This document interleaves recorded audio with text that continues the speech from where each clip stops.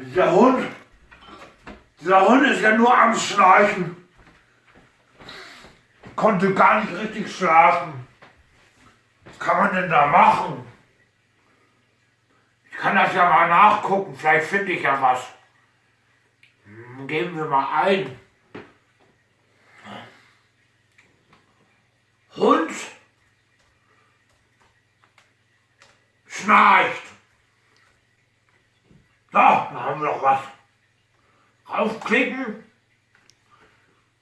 Oh, hier was. Da steht, ich soll mir einen kleinen Kranz binden. Aus Rosen.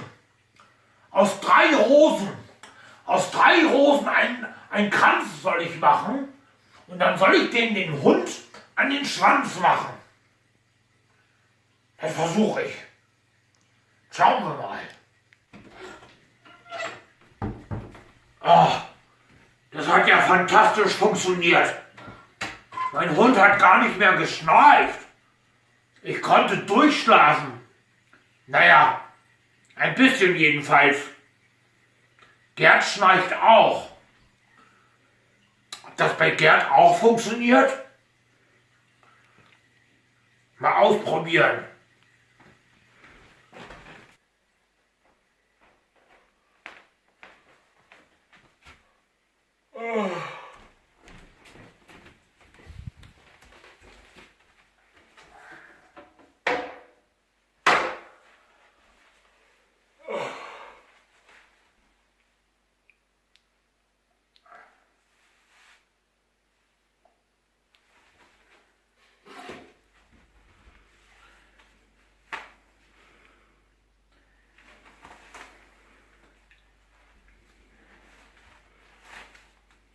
Franz, hier ist der Gerd. Na, du sag mal, wir haben doch da gestern in der Kneipe, ne? Da haben wir doch gestern was getrunken. Ja, ganz schön viel über den Durst getrunken, ne? Ja, so. Und danach, da waren wir noch am Puffen, ne? Ja, das weiß ich auch noch.